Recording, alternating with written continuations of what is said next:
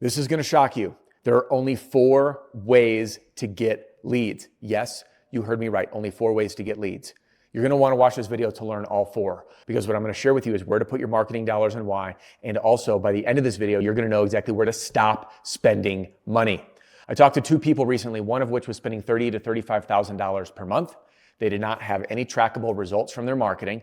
All they told me was it was terrible and they weren't getting any results back. And out of fear and needing more leads, what do? They write bigger and bigger checks. I have another member that I spoke to recently who is spending nearly $600,000 a year. They're a very large company, spending about $600,000 a year on marketing. And guess what? Results are terrible. They don't know what to do or where to turn. And with both people, I went through these 4 different ways to get leads, completely altered their thinking. They were able to trim the fat and start getting more leads from their marketing. And I'm going to share all of that with you right now. Welcome or welcome back. My name is Adam Bensman. If you're new, glad to have you. And if you're returning, you may be noticing a shift in the content that I'm bringing to the roofing world. What many people don't know is that even though I'm known as the sales guy, my number one passion is actually marketing. And I haven't been sharing my wisdom of marketing, of what I've learned since 2015, being in the trenches and spending a 5-year break from the roofing industry as a very well compensated direct sales consultant and copywriter. So I've worked with big names, I've worked with big lists, and I've built my brand using organic marketing.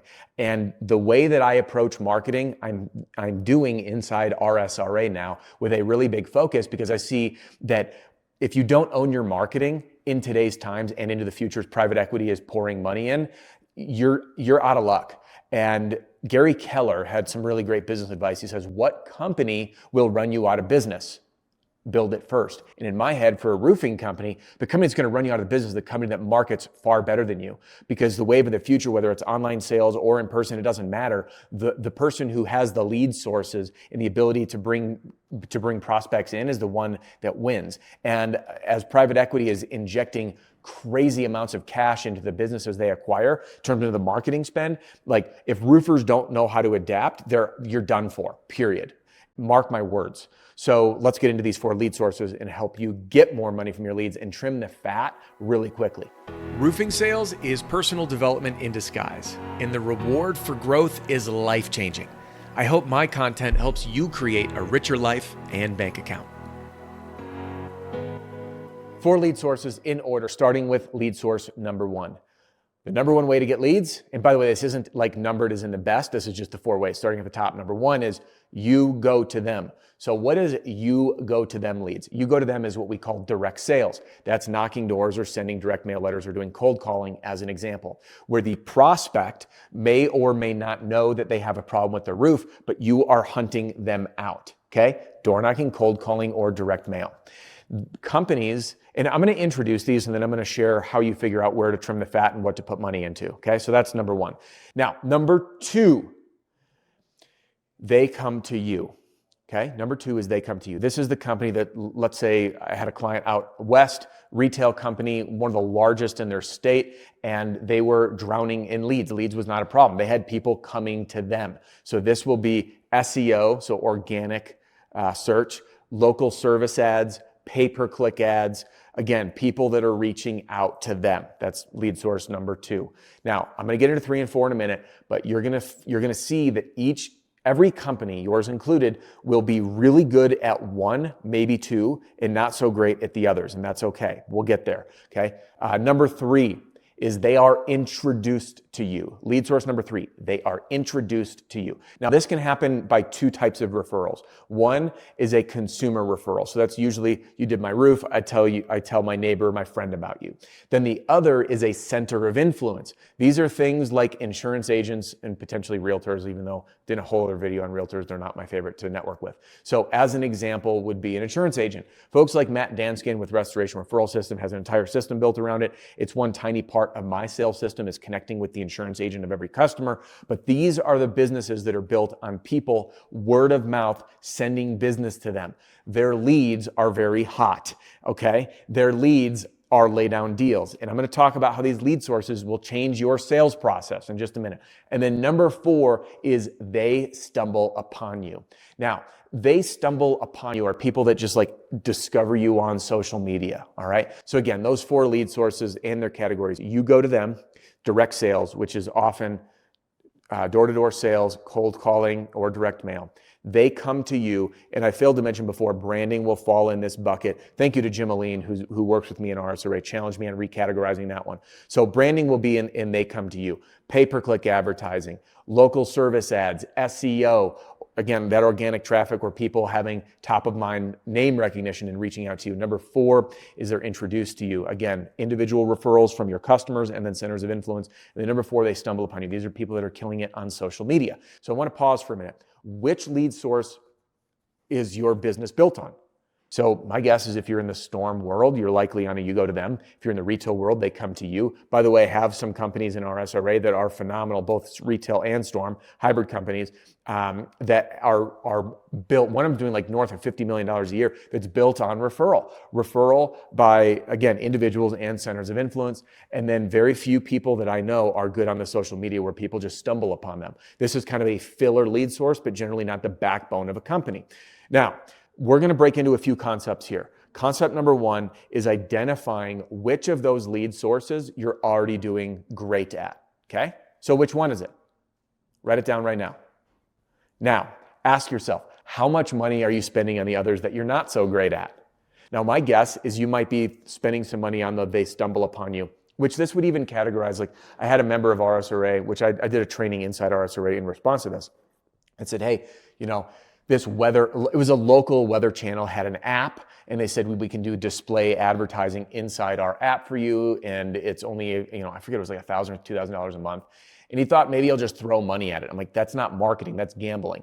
And it turned out to not be a good idea, didn't end up doing it. But the point is like these stumble upon things, like a weather app ad or social media, that's like just throwing money out and hoping it works. So instantly, boom, cut, just saved him $1,000 or $2,000 per month that could be reallocated. So look at what you're doing and say, hey, am I spending money in other areas that is not producing? And I just want you to cut it right now. And I'll explain why in a minute, okay?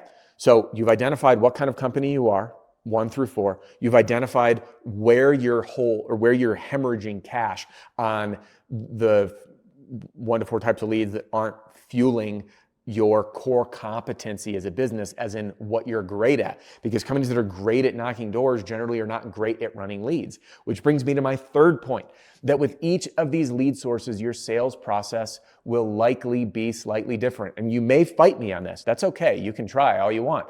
And we all are entitled to our opinions. I'm going to share mine with you.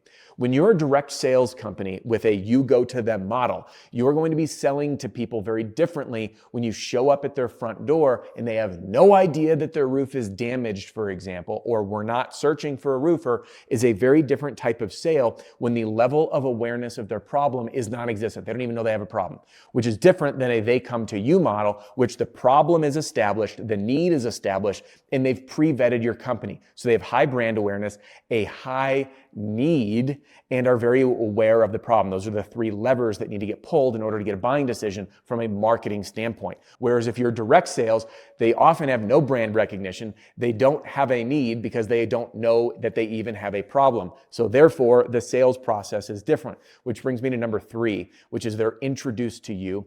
And if people are introduced to you, you have a whole lot less of a need to sell who you are as a company because the person who introduced you already did that. So that sales process, those leads will naturally have a much higher close rate than one that you are going after on your own. So the person that's used to closing referrals and then they're in charge of going to generate their own leads, they are going to struggle because they've never had to create brand awareness to get someone to understand they have a problem and create a need because all that's already done, okay? And then again, on number 4, if they stumble upon you, that is a very, very cold sale. People may know that they have a problem. There may be some loose need, but they may not know your brand. So again, each of these will be a very different lead source and marketing channel, as well as sales process, as well as different core competencies for your team. So my advice to you, when you understand these 4 different, literally the only 4 ways, the only 4 types of leads, You want to build your business around what you are already great at. Accelerate your core competency. Now, I am all for diversification and developing multiple lead sources, but my advice to you is this. First, identify your core strength. Second, cut everything that's not working, that's in the other 2 to 3 areas that don't fuel your core strength. 3, when you want to expand, pick one. Let's say you're a direct sales company, a you go to them lead company, okay? So this is door knocking, direct mail, cold calling. You want people to come to you. So you're likely going to invest in pay-per-click advertising, SEO, and LSA, local service ads. Now, instead of diluting your budget, which is what a lot of people do, is throwing money at a lot of different things and hoping something works, you just pick one with a focus and you crack that code first before moving to the next one. So you take that $3,000, $5,000, $10,000 per month test budget and you say, I'm going to put this into local service ads, pay-per-click, okay, and some SEO, and I'm going to see what works. I'm going to track everything. And obviously, if it was me, I'd probably put off SEO for a little bit because I see the writing on the wall on that one with AI. And it takes about a year or so ramp up to start getting results, in my experience. Drop a comment below if you disagree with me. I'd love a rich conversation about that. So my point is, instead of spreading it to like, hey, we're going to do this, and we're also going to try this, and we're also going to try this, but we're only going to put 1,000 here and 2,000 here and 3,000 here and 3,000 there, and then all of it, you just don't get enough data to find out if something is working. So you crack the next code to becoming a they come to you company by dialing in your focus, tracking the leads, testing and analyzing. This is the kind of thing that I work with our members in. In fact, I just started an Audit Your Marketing mega thread where I'm giving feedback. We're launching this entire new GC or marketing approach in RSRA. I'm building out a lot of my marketing philosophies and trainings to help you analyze campaigns, understand the copy and the messaging and your offer, the 8 marketing laws. I know you watched the video, there were 7. I added one, a very important one that I wish I had there before I produced the other video. The 3 different metrics to analyze any marketing campaign so you can fix it. So all this is getting poured in there because I want you to be able to crack the code to the next marketing channel. And then once you do, then you move on to the next one. You get strong in 1 or 2 of these things, you'll have a bulletproof business. So now drop a comment below and share with me, which lead source are you great at and which one do you want to get better at? I'd love to hear from you. If you want to continue acing your marketing and become a GC of your marketing, jump into this next video. I'm going to break down the 18 different lead sources and the pros and cons of each to help you figure out where to put your funds next. I'll see you in the next one.